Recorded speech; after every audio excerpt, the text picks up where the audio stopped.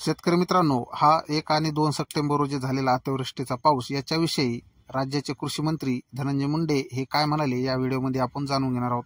तर शेतकरी मित्रांनो, तुम्ही जर आमच्या चॅनलवरती नवीन असाल तर चॅनलला सबस्क्राईब करा, जेणेकरून तुमच्यापर्यंत अशी शेतीविषयी माहिती येत राहील। आणि व्हिडिओला एक लाईक करा, व्हिडिओ शेअर करा, जेणेकरून तो नवीन शेतकऱ्यापर्यंत पोहोचेल।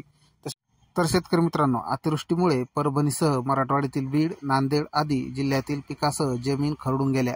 शेतकऱ्यांचे अभूतपूर्व नुकसान झाले। त्यामुळे बाधित शेतकऱ्यांना एनडीआरएफ व एसडीआरएफच्या निकषापलीकडे मदत देण्याचा शासनाचा प्रयत्न राहील। बाधित शेतकऱ्यांच्या पदरात जास्तीत जास्त आर्थिक मदत पडावी यासाठी सर्वोतपरी प्रयत्न करणार आहेत, अशी ग्वाही कृषी मंत्री यांनी दिली आहे। कृषी मंत्री मुंडे यांनी बुधवारी दिनांक 4 परभणी जिल्ह्यातील कष्टगाव तालुका तसेच कोल्हा तालुका मानवत, डेंगळी पिंपळगाव तालुका शेलू, रेणापुरी, बोरगाव्हाण, खरोडा सर्व तालुका पाथरी येथे अतिवृष्टीमुळे नुकसान झालेल्या पिकाची पाहणी केली। तसेच शेतकऱ्यांचा संवाद साधला। शेतकऱ्यांच्या व्यथा तसेच काष्टगाव तालुका परभणी येथील नुकसानीची पाहणीस आले असता श्री मुंडे यांनी अतिवृष्टीमुळे वाळलेल्या कपाशीचे झाड देऊन स्वागत करण्यात आले।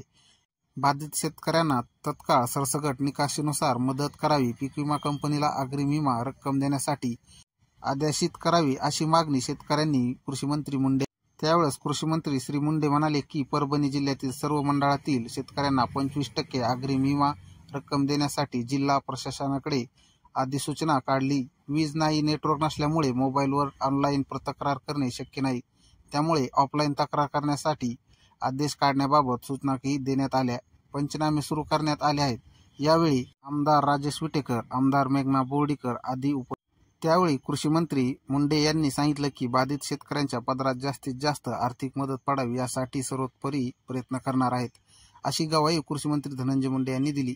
तर शेतकरी मित्रांनो, अशा प्रकारे ज्या शेतकऱ्यांचं पिकाचं नुकसान झालं आहे अतिवृष्टीच्या पावसामुळे, त्या शेतकऱ्यांना 1 नंबरला म्हणजे 25% अनुदान देण्याची घोषणा मुंडे यांनी केली। 2 नंबरला पीक विमा कंपनीने पीक विमा मंजूर करावा, असेही त्यांनी सांगितलं। तर शेतकरी मित्रांनो, अशा प्रकारे आपण या व्हिडिओच्या माध्यमातून परभणी, बीड आणि मराठवाड्यातील आदी जिल्ह्यासह आपण ही माहिती पाहिली। तर शेतकरी मित्रांनो, तुम्ही जर आमच्या चॅनलवरती नवीन असाल तर चॅनलला सबस्क्राईब करा, जेणेकरून तुमच्यापर्यंत अशा शेतीविषयी माहिती येत राहतील।